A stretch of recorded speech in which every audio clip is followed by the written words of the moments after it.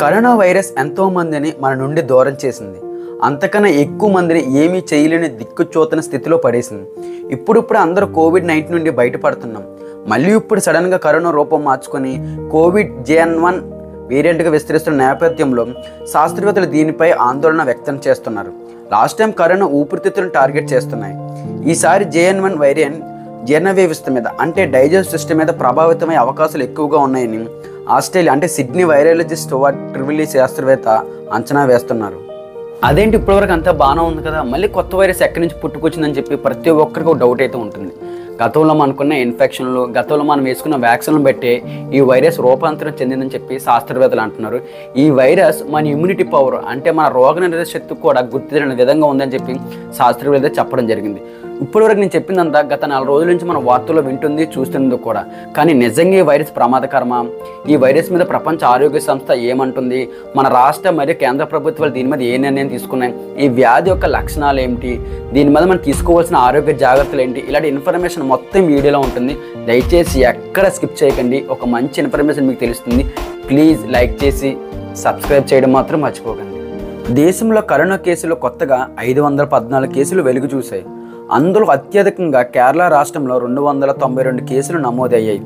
దీన్ని బట్టి చూస్తే కొత్తగా కరోనా JN.1 అనే వైరస్తో అప్డేట్ అయ్యి స్లోగా ఇండియా అంతా స్ప్రెడ్ అవుతుందని మనకు తెలుస్తుంది. మొదటిగా ఈ కొత్త కరోనా వేరియంట్ JN.1 వైరస్ యొక్క వ్యాధి లక్షణాలు ఏమిటి, దాని తర్వాత భారత ప్రభుత్వం, ప్రపంచ ఆరోగ్య సంస్థ దీని మీద ఎలాంటి స్టేట్మెంట్స్ ఇచ్చాయి అనేది క్లియర్గా తెలుసుకుందాం.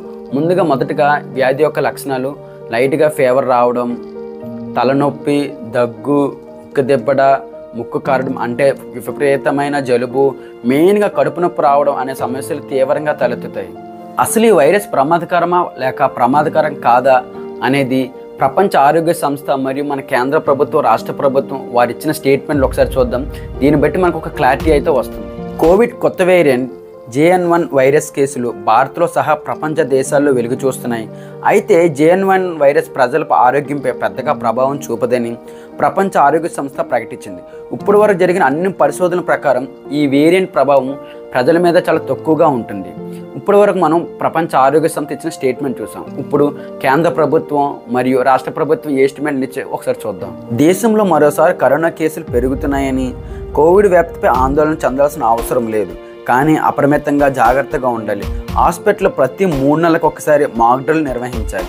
దయచేసి ఆరోగ్యపరమైన విషయాల్లో రాజకీయం చేయొద్దని చెప్పి సెంట్రల్ హెల్త్ మినిస్టర్ అంటే కేంద్ర ఆరోగ్య శాఖ మంత్రి మన్సుఖ్ మాండవీయ ఇప్పటివరకు చెప్పడం జరిగింది. అండ్ ఇదివరకే అన్ని రాష్ట్రాలకు PT-PSR అంటే కరోనా కొత్త వేరియంట్ కిట్లు, టెస్ట్ కిట్లు పంపించడం జరిగిందని చెప్పి స్టేట్మెంట్ ఇవ్వడం కూడా జరిగింది. ఇప్పటి వరకు మనం కేంద్ర ప్రభుత్వం ఇచ్చిన స్టేట్మెంట్ చూసాం. ఇప్పుడు రాష్ట్ర ప్రభుత్వం ఏ స్టేట్మెంట్ ఇచ్చిందో కూడా ఒకసారి చూద్దాం. కేసులు పెరుగుతున్నప్పటికీ ఎటువంటి ఆందోళన చెందాల్సిన అవసరం లేదని ఫీవర్ హాస్పిటల్ సూపరింటెండెంట్ శంకర్ గారు తెలపడం జరిగింది. కానీ ప్రభుత్వం జారీ చేసిన మార్గదర్శకాలను పాటించాలన్నారు. అయితే దీర్ఘకాలిక వ్యాధులు ఉన్న వాళ్ళు మాత్రం కొంచెం వేగంగా సోకే అవకాశం ఉంది కాబట్టి ఇలాంటి వారు కొంచెం జాగ్రత్తగా ఉండాలని చెప్పి సూచించడం జరిగింది. కరోనా కొత్త వేరియంట్ JN.1 వైరస్ని పెద్దగా ఆందోళన చెందాల్సిన అవసరం లేదని అధికారులు సీఎం జగన్కి తెలిపారు. ఇది వేగంగా విస్తరించిన దీని ప్రభావం చాలా తక్కువగా ఉంటుందని సీఎం జగన్కి తెలపడం జరిగింది. ఇది వెంటనే మీకు ఒక డౌట్ వస్తుంది. ఈ కరోనా కొత్త వైరస్ని అంటే JN.1 వైరస్ని అరికట్టడానికి బూస్టర్ డోస్ వేసుకోవాలా అనే డౌట్ మీకు వస్తుంది. దయచేసి అలా చేయకపోవడం చాలా మంచిది. ఎవరికైతే BP, షుగరు, హార్ట్ అటాక్ అలాంటి ప్రాబ్లమ్స్ ఉన్నాయో వాళ్ళు ఒకసారి డాక్టర్ని కన్సల్ట్ చేసి తర్వాత ఈ బూస్టర్ డోస్ వేసుకోవాలని చెప్పి డాక్టర్లు సూచించడం జరిగింది. అదేవిధంగా ఇప్పటి వరకు మనం ఈ వైరస్ యొక్క ప్రమాదకరమా కాదా, లేకపోతే ప్రభుత్వం మరియు ప్రపంచ ఆరోగ్య సంస్థ స్టేట్మెంట్లు ఎలా ఉన్నాయో అన్నీ చూసాం. కానీ దీని మీద తీసుకోవాల్సిన జాగ్రత్తలు ఏమిటో కూడా ఒకసారి మనం తెలుసుకుందాం. కరోనా సమయంలో ఎటువంటి జాగ్రత్తలు తీసుకున్నారో దీనికి కూడా అదే జాగ్రత్తలు తీసుకోమని ప్రపంచ ఆరోగ్య సంస్థ మరియు డాక్టర్లు సూచించడం జరిగింది. సోషల్ డిస్టెన్స్ మరియు ఎక్కడికి వెళ్ళినా సరే శానిటైజర్ చేతులు పూసుకొని శుభ్రంగా ఉండడం, మాస్క్ ధరించడం మరి ముఖ్యంగా అది మర్చిపోకండి. అన్నిటికన్నా ముఖ్యమైనది మీకు ఎటువంటి ఆరోగ్య సమస్యలు ఉన్నా సరే వెంటనే డాక్టర్ని సంప్రదించడం చాలా మంచిది. అలాగని చెప్పి ప్రతి చిన్నదానికి వరి అవ్వకండి. ఎందుకంటే దీని యొక్క వ్యాధి లక్షణాలు అన్నీ ఉన్నాయో మనకు అన్నీ తెలుసు కాబట్టి కొంచెం జాగ్రత్తగా ఉండండి. అంతేగాని భయపడే అవసరం లేదు. ఎందుకంటే ఈ వైరస్ కోసం అంత ఆందోళన చెందాల్సిన అవసరం అయితే లేదు. మీకు ఈ ఇన్ఫర్మేషన్ నచ్చినట్లయితే లైక్ చేయండి. ప్లీజ్ సబ్స్క్రైబ్ చేయడం మాత్రం మర్చిపోకండి.